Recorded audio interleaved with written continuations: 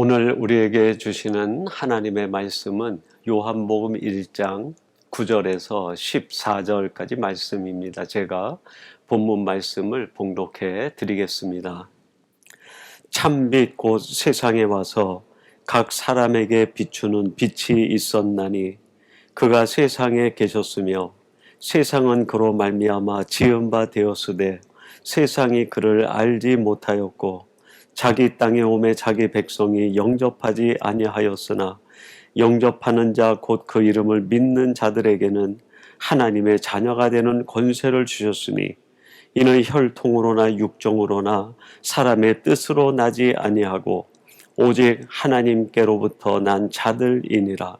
말씀이 육신이 되어 우리 가운데 거하심에 우리가 그의 영광을 보니 아버지의 독생자의 영광이요 은혜와 진리가 충만하더라. 아멘. 예, 오늘 신년주일에 하나님께서 우리에게 주시는 말씀은 요한복음 1장 9절에서 14절까지 말씀입니다. 이 말씀을 갖고 찾아오시는 하나님이라는 제목으로 말씀을 전하도록 하겠습니다. 일반 종교와 우리 기독교는 신앙 원리에서부터 차이가 납니다. 일반 종교는 자신이 신을 찾아가는 것으로 되어 있습니다. 그래서 자기가 생각하는 신을 만나기 위해서 온갖 노력과 가정 수행 방법을 통해서 그 신을 만나기 위해 찾아가는 것, 그것이 일반 종교의 특징이죠. 그렇게 해서 자기가 생각하는 어떤 신적 존재를 만난다고 했을 때 그 신앙 과정엔 오직 자신의 공로만이 남게 됩니다. 자신의 수고와 자신이 했던 노력, 그것만이 부각이 되는 거죠. 그래서 일반 종교는 철저하게 인본주의적이고 공로주의적 신앙으로 바뀌게 됩니다. 자기가 한 수고에 대가를 지불해야 되는 것이 신이 할 수 있는 전부인 것이죠. 반면에 우리 기독교는 찾아오시는 하나님을 만나는 것입니다. 이때 우리 인간에게는 그 어떤 자격이나 또 노력이나 그가 가지고 있는 장점이 있어서가 아니라 무조건적으로 하나님이 찾아오시고 그 찾아오시는 그 하나님을 만나는 것이 우리 기독교의 신앙의 본질입니다. 이렇게 찾아오시는 하나님을 가리켜 우리는 무조건적인 하나님의 은혜라고 이야기합니다. 인간에게 어떤 자격이나 조건이 있어서가 아니라 하나님께서 그 인생을 찾아오신다는 뜻이죠.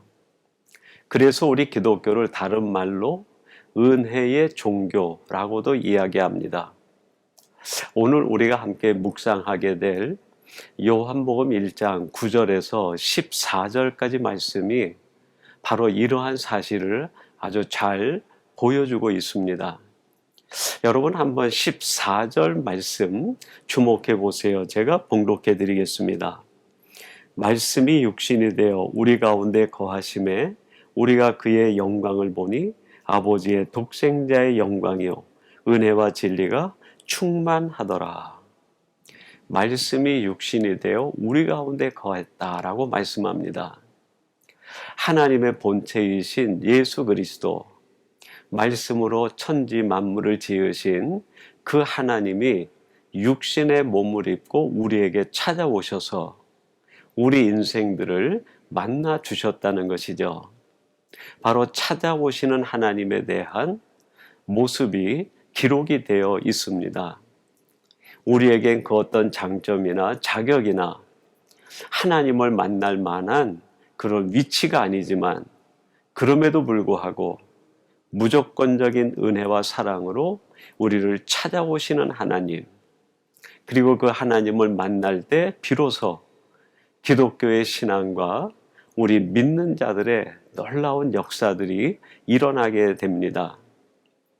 여러분, 그러면 찾아오시는 하나님을 우리들이 만나는 것이 기독교의 신앙이라고 할 때, 그 찾아오시는 하나님을 우리들이 만나는 순간 우리에겐 어떤 일들이 일어나게 될까요?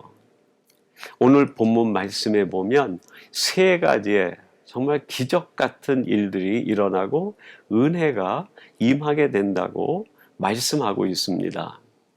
첫 번째로는 은혜의 세계를 경험하게 됩니다. 오늘 본문 10절 말씀인데요. 이렇게 말씀합니다. 그가 세상에 계셨으며 세상은 그로 말미암아 지은 바 되었으되 세상이 그를 알지 못하였고, 세상이 그로 말미암아 지은 바 되었다라고 말씀합니다. 창세기 1장에 나오는 창조적 사건에 대한 이야기일 수 있겠습니다. 또한 이것을 성경 전체로 확대 적용한다고 하면 온 우주 만물을 만드신 그 하나님이 우리 가운데 찾아오실 때 우리 안에 천지 창조와 같은 신비한 하나님의 역사가, 창조적 일들이 이루어진다는 말씀입니다. 여러분, 하나님이 내게 찾아오실 때, 그리고 찾아오시는 그 하나님을 내가 믿음으로 받아들이고 수용할 때 우리 안에 이 창조적 역사와 같은 신비한 하나님의 은혜의 세계들이 이루어진다는 거예요. 창세기 1장 2절은 이렇게 말씀합니다. 땅이 혼돈하고 공허하며 흑암이 깊음 위에 있고 하나님의 영은 수면 위에 운행하시니라. 하나님께서 이 땅에 임하시기 전에 땅은 혼돈과 공허와 흑암이 깊은 가운데 있다 그랬어요. 혼돈 자체고 흑암 자체고 공허하기 그지없는 그 땅, 거기에 하나님의 영이 임하게 되자 어떤 일들이 일어납니까? 저녁이 되고 아침이 되면 새로운 세상들이 펼쳐지게 되는 거예요. 한 번도 보지 못한 빛이 창조가 되어지고 숲이 우거지고 온 짐승들과 이 세상의 아름다운 것들이 조화를 이루며 가득하게 됩니다.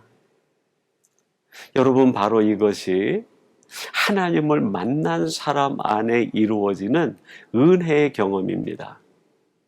하나님이 우리 안에 들어오실 때 하나님은 우리의 인생을 이렇게 매 순간순간 새 창조를 이루시듯이 하나님의 새 역사를 이루어 가시는 거죠. 저녁이 되며 아침이 되니 무슨 뜻일까요? 저녁은 우리 인생의 깊은 고난, 어둠과 갈등과 걱정과 염려의 시간이라 할 수 있어요.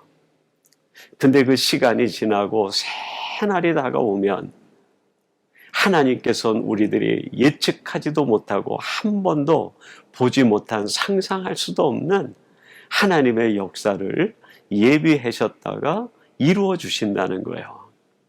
사랑하는 성도 여러분, 저는 그렇게 믿습니다. 우리에게 찾아오시는 그 하나님께서 지금 인생에 가장 어두운 때를 보내시고 계시는, 깊은 절망과 고난의 시간을 보내고 있는 여러분들을 위하여 새로운 창조를 준비하고 계시는 줄로 믿습니다. 그리고 그 하나님이 여러분 심령 안에, 여러분에게 밝아오는 그 새 아침 그날에 이 모든 것이 여러분 눈앞에 펼쳐지게 해 주실 줄로 믿습니다. 지금으로부터 138년 전 1884년에 인천 제물포로 항구를 통해 가지고 우리 개신교 최초의 선교사가 한국 땅을 밟게 됩니다. 그분이 언더우드 선교사님인데, 그분이 한국으로 오시기 전에 이런 한국을 바라보며 시를 지은 것이 있습니다. 주여, 지금은 아무것도 보이지 않습니다. 주님, 메마르고 가난한 땅, 나무 한 그루 시원하게 자라오르지 못하고 있는 땅, 보이는 것은 고집스럽게 얼룩진 어둠뿐입니다. 이 언더우드 선교사님이 한국으로 선교 오기를 결정하고 한국에 대해서 조사를 하고 알아보니까 너무 답답하고 암울한 거예요. 하나님, 지금 제가 저 조선 땅을 바라보는데 아무것도 보이지 않습니다. 깊은 어둠만이 가득합니다. 나무 한 그루 제대로 반듯하게 자라오지 못하고 전부 가시나무처럼 비틀어서 자라나고 있는 그 땅, 고집스럽고 정말 희망이라고는 찾아볼 수 없는 그곳, 그렇게 노래한 것이 바로 조선 땅이에요. 그런데 이 선교사님을 통해서 그런 조선 땅에 하나님이 찾아오신 거예요. 하나님이 찾아오신 조선 땅에 그 이후 어떤 일이 벌어지게 됩니까? 100여 년 남짓 지난 여러분, 우리 대한민국에는 하나님의 놀라운 기적 같은 일들이 연쇄적으로 일어나지 않습니까? 6.25 전쟁의 참화 속에서도 경제적 부흥을 이루게 되고 지금은 세계 10위 안에 들어가는 경제 대국으로 성장하게 되었습니다. 여러분, 이것이 우리에게 보여주고 있는 메시지가 무엇입니까? 찾아오시는 하나님, 그분을 마음에 모시면 하나님께서 그 안에서 새로운 세계, 은혜의 세계를 창조하시고 새 역사를 이루어 가신다는 말씀입니다. 2022년 여러분 심령 속에 찾아오시는 그 하나님께서 여러분의 삶의 새 역사, 은혜의 세계를 창조하시고 놀랍게 가꾸어 가실 줄로 믿습니다. 두 번째로 우리를 찾아오시는 그 하나님을 우리들이 마음으로 믿고 고백하고 영접하게 되면 참 구원에 이르게 됩니다. 오늘 본문 12절 말씀입니다. 영접하는 자 곧 그 이름을 믿는 자들에게는 하나님의 자녀가 되는 권세를 주셨으니, 나를 찾아오시는 하나님, 그분을 내 인생의 주인으로 모시고 그 하나님께서 보내주신 예수 그리스도를 나의 구주로 믿고 고백할 때 하나님께서는 우리를 하나님의 자녀가 되는 권세를 주시고 우리를 하나님의 자녀라 인쳐주셔서 하나님의 영원한 세계에 구원받은 자로 영접해 주신다는 거예요. 찾아오시는 하나님, 그분을 내가 마음에 모시고 믿고 고백할 때 구원에 이르게 되고 나는 하나님의 자녀가 되는 권세를 가지고 살아가는 사람이 된다는 거예요. 여러분, 이것은 내가 가진 능력의 결과가 아니고 내가 가지고 있는 어떤 기술이나 내 방법적 결과가 아니라 하나님의 무조건적인 은혜, 하나님의 선물이요 은총의 결과입니다. 그래서 에베소서 2장 8절은 이렇게 말씀합니다. 너희는 그 은혜에 의하여 믿음으로 말미암아 구원을 받았으니 이것은 너희에게서 난 것이 아니오 하나님의 선물이라.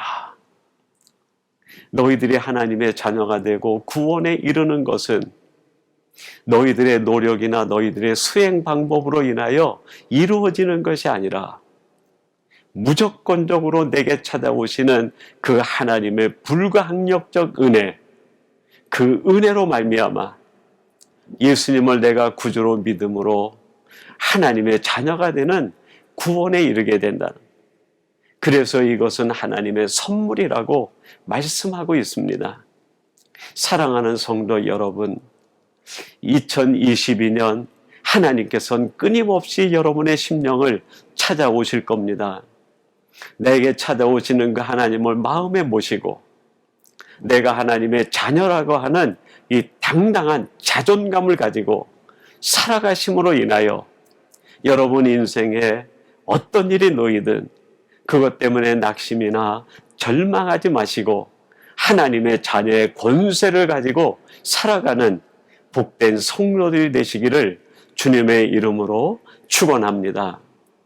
마지막 세 번째로 나에게 찾아오시는 그 하나님을 내가 믿음으로 받아들이고 고백하게 되면 참 기쁨을 누리게 됩니다. 오늘 본문 14절 말씀입니다.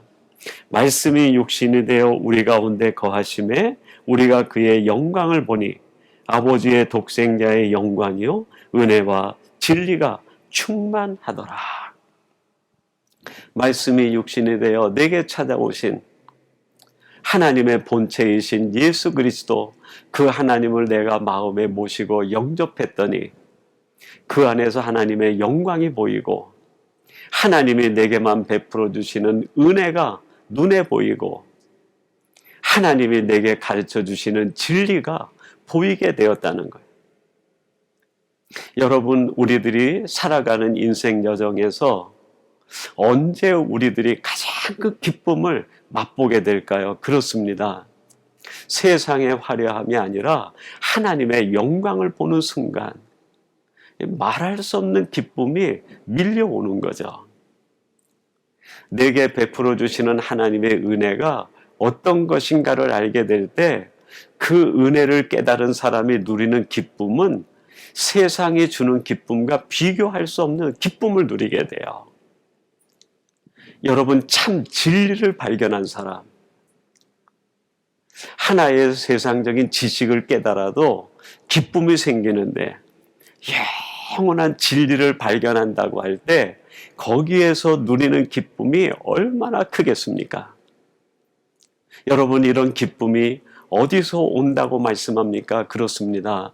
찾아오시는 하나님, 그분을 내 마음에 모시고 그분을 통하여 내 눈이 열려 하나님의 영광을 보고 은혜의 눈이 띄어지고 진리가 보일 때 거기에서 누리는 기쁨은 세상이 주는 기쁨과 비교할 수 없는 기쁨을 맛보게 됩니다. 제가 오래전에 그 인도네시아 바탐이라는 곳에 선교를 갔습니다. 교회를 건축하고 헌당식을 하기 위해서 방문했었는데요. 그 헌당식을 마친 다음에 선교사님이 이곳에서 꼭 한 곳 들러볼 때가 있습니다 말씀하시고 저희 선교 일행을 인도해 주셨는데, 그 바탐이라는 도시의 공동묘지예요. 그 공동묘지가 얼마나 큰지 모르겠어요. 근데 그 공동묘지 한가운데 가장 깊은 곳에 들어가니까 거기에 교회가 하나 있는 거예요.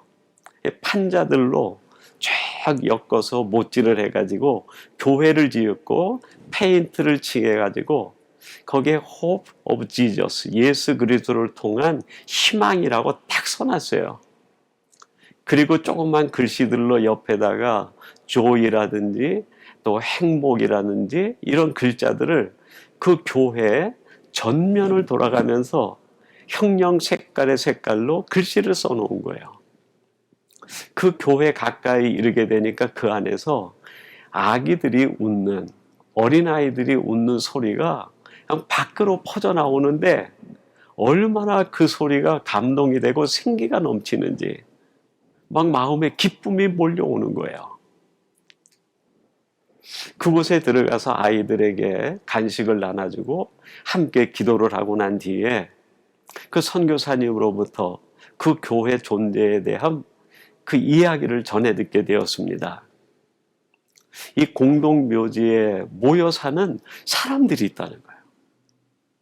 너무 가난하고 공동묘지 밖에서는 살아갈 수 있는 방법이 없어서 세상에 쫓겨가지고 그들이 마지막 선택해서 들어온 것이 공동묘지라는 거예요. 그곳에 무덤을 쓸 때 그 인도네시아는 사람의 관을 만들어 가지고 와서 무덤을 쓰는데 매장을 하기 전에 관을 해체를 한대요. 그래서 그 관으로 쓰였던 나무들은 다 버리고 시신만 묻고 가는데, 이 가난한 사람들이 집을 지을 능력이 없으니까 그 해체된 관으로 사용했던 나무 판자를 이용해 가지고 판잣집을 짓고 거기에서 사는 거예요. 여러분, 얼마나 처절합니까? 세상에 있는 사람들과 어울려 살 수 있을 만큼의 경제적 여력이 없어서 공동묘지에 들어와 관으로 썼던 나무들을 사용해서 집을 짓고 그 안에서 살고 있는 거예요. 근데 그 안에서 저 세상 밖에서는 들을 수 없는 생기발랄한 웃음소리를 들을 수 있고 감격과 기쁨의 환호 소리를 들을 수 있다는 거. 얼마나 역설적이고 얼마나 감동적입니까? 여러분, 어떻게 이 공동묘지 같은 그 마을에 살고 있는 사람들에게 이런 웃음이 넘쳐날까요? 그렇습니다. 그곳에 바로 하나님이 찾아오셨기 때문이에요.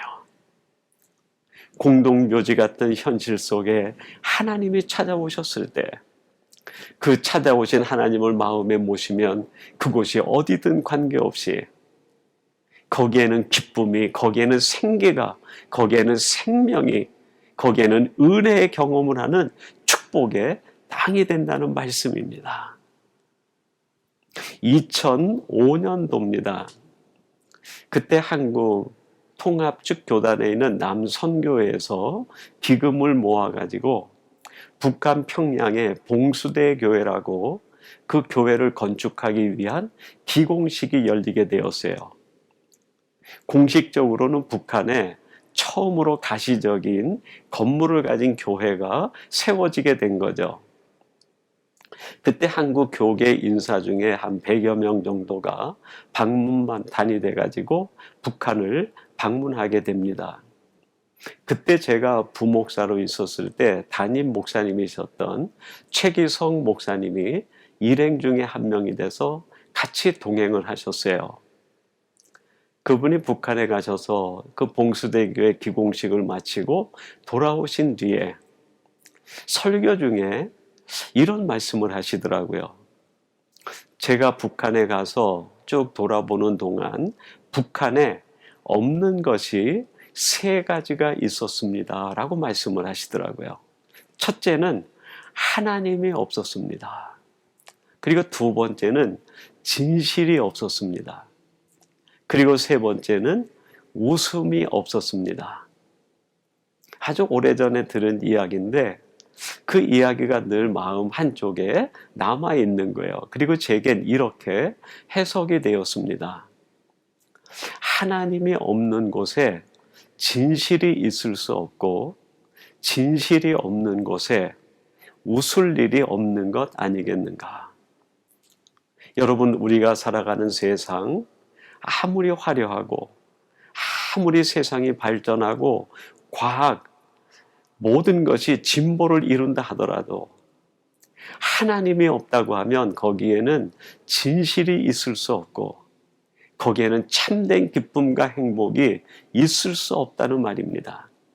반면에 여러분, 우리가 살아가는 삶의 현실이 공동묘지와 같다 하더라도 찾아오시는 하나님을 내가 영접하고 그 하나님과 함께하고 있다고 하면 거기에는 진리가 약동하게 되고 하나님의 은혜가 충만하게 되고 하나님의 영광을 보는 눈이 열려 비로소 우리 안에 기쁨이 강물처럼 흘러 넘친다는 말씀 아닙니까? 사랑하는 성도 여러분, 하나님께서는 우리에게 2022년 새해의 문을 열어주셨습니다. 이 문을 열어주셨을 뿐 아니라 오늘 본문 말씀을 통하여 그 하나님께서 우리를 찾아오시겠다고 말씀하십니다. 나를 찾아오시는 하나님, 이것이 은혜 중에 은혜입니다. 나를 찾아오신 하나님을 내가 마음을 열고 내 안에 모시고 그분을 내 인생의 주인으로 모시고 예수 그리스도를 나의 구주로 고백하고 살아갈 때 저는 확신합니다. 여러분 앞에 은혜의 세계가 매일 펼쳐질 것을 믿습니다. 뿐만 아니라 구원받은 하나님의 사람으로서 여러분은 당당한 하나님의 자녀다운 삶을 살아갈 줄로 믿습니다. 무엇보다도 세상에 알 수 없는 참 기쁨을 누리는 올 한 해 새해가 될 줄로 믿습니다. 이러한 은혜를 누리며 살아가는 우리 복된 성도들이 되시기를 주님의 이름으로 축원합니다. 우리 같이 기도하겠습니다. 하나님 아버지, 하나님 은혜 가운데 2022년 새해의 문을 열어주시고 신년 주일 예배로 감사로 예배케 하시니 감사합니다. 하나님 오늘 주신 말씀을 쫓아 우리에게 찾아오시는 그 하나님을 마음에 모시고 영접함으로 인하여 하나님께서 올 한 해 이루실 은혜의 세계를 맛보게 하시고 구원받은 자로서 하나님의 자녀의 권세를 가지며 살게 하시며 이 세상에선 맛볼 수 없는 하늘의 기쁨을 누리며 살아가는 저희들 되게 해 주옵소서. 오늘 이 말씀을 함께 나누는 모든 지체들에게 이 같은 은혜, 이 같은 은총, 이 같은 축복 베풀어 주실 줄로 믿사옵고 예수님의 이름으로 기도하옵나이다. 아멘.